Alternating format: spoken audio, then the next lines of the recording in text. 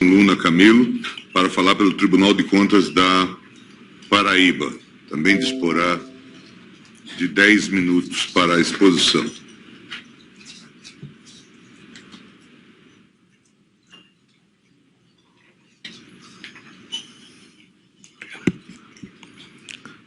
Boa tarde.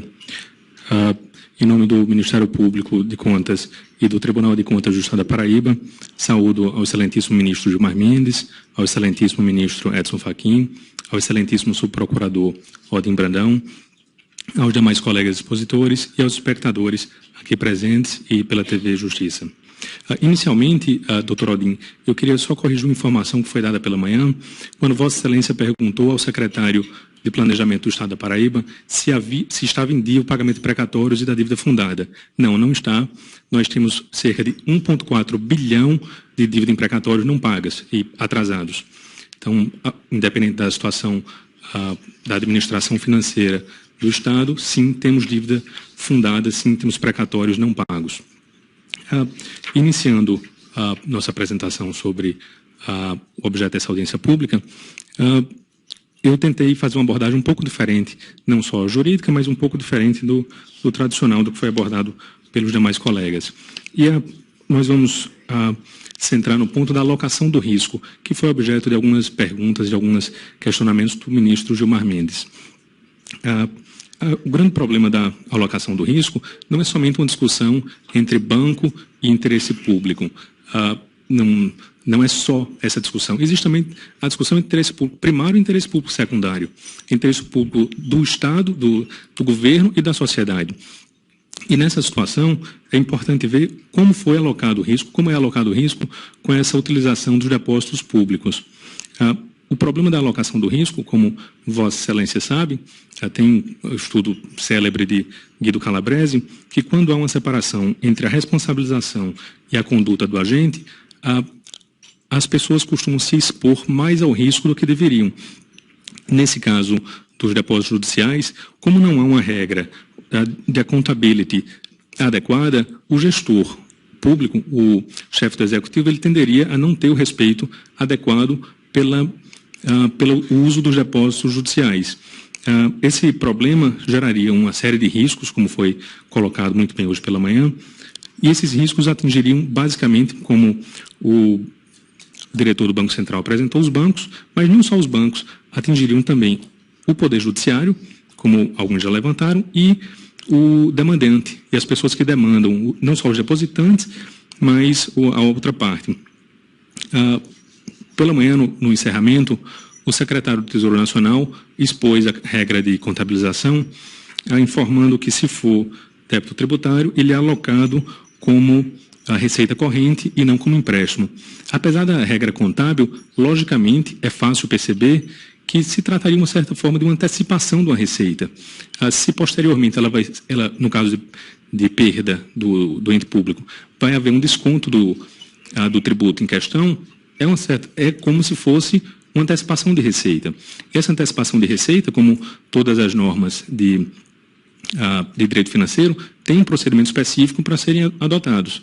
No caso do uso dos depósitos judiciais, não seria respeitada essa alocação, tanto de sede constitucional, no caso lá do artigo 167, inciso 3, como a lei de responsabilidade fiscal. Isso geraria um risco muito grande. E esse risco, como já adiantei, pode ser para os bancos. O diretor de regulação do Banco Central expôs adequadamente quais são todos os riscos dos bancos, mas também existe o risco do judiciário.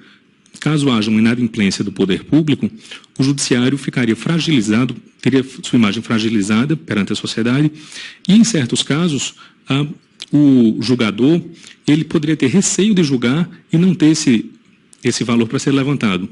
Então, a operação do Poder Judiciário, a decisão poderia ficar em risco e o julgador poderia ter receio de julgar, postergando assim a decisão.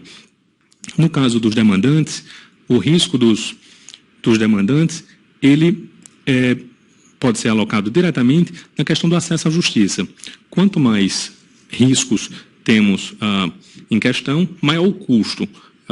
É uma análise econômica simples. O risco ele pode se materializar e, por isso, vai ter um custo. esse custo pode ser alocado num seguro ou simplesmente o demandante pode procurar outras vias não judiciais. Grandes empresas poderiam, ao invés de depositar em juízo para discutir, encontrar outras vias. Não óbvio no caso dos depósitos que discutem natureza tributária, mas quando são discussões entre partes, poderia se procurar outra forma para minimizar esse risco, para minimizar esse custo do acesso à justiça, que é um custo significativo.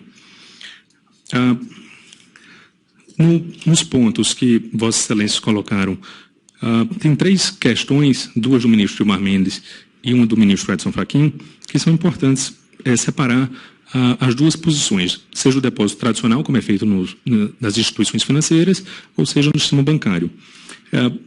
Vossa Excelência perguntou sobre o percentual seguro para determinar esses fundos. Mecanismos de transparência e fiscalização e controle. Como é que se dá quando é com o Estado e com os bancos?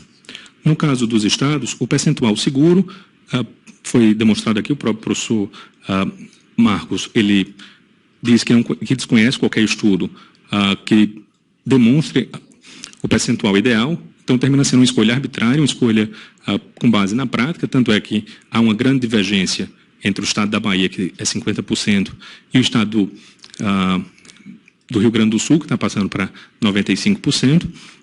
Então, é uma escolha arbitrária. Enquanto que nos bancos seguem regras próprias dos acordos de Basileia, principalmente o Basileia III, e as normas do Banco Central, que é uma instituição reguladora específica para aquilo.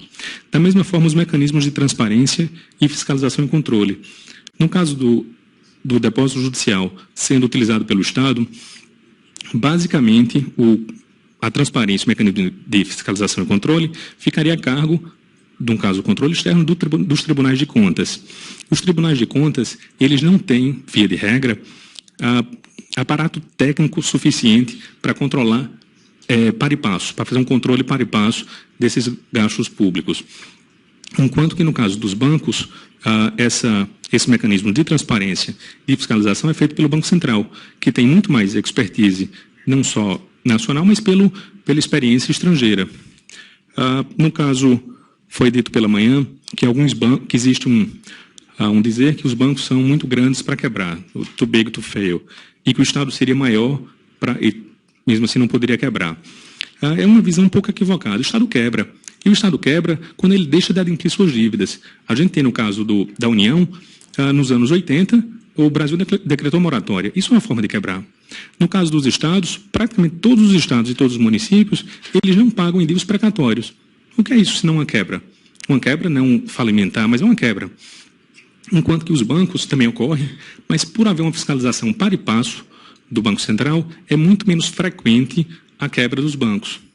Então, me parece ser muito mais seguro, o risco muito mais bem alocado, com o Poder Judiciário, utilizando-se de modo responsável dos bancos, como é atualmente, do que simplesmente transferir esses recursos para a administração do poder público. A ideia como foi demonstrado aqui, 25 meses no caso do Rio de Janeiro, o professor Raul Veloso mostrou alguns casos, mostrou o caso de Minas Gerais, em 5 anos.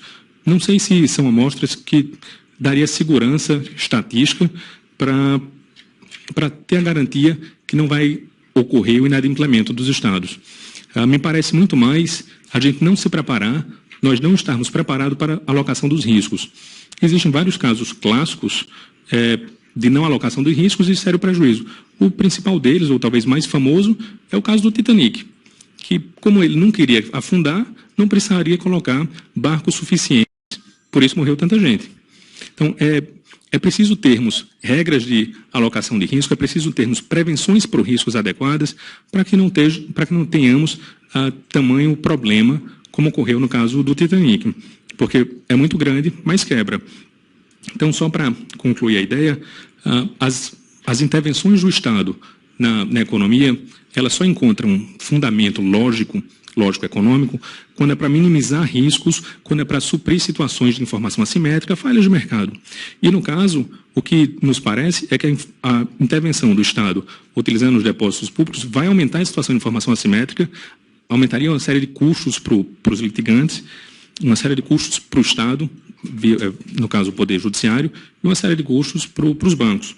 Não parece ser interessante criar mais custos para a sociedade. Eram essas ideias principais da alocação do risco que temos a falar. Obrigado. Agradeço a contribuição do Dr. Bradson e convido o Dr. William Andrade para falar pelo Tribunal de Contas do Rio de Janeiro.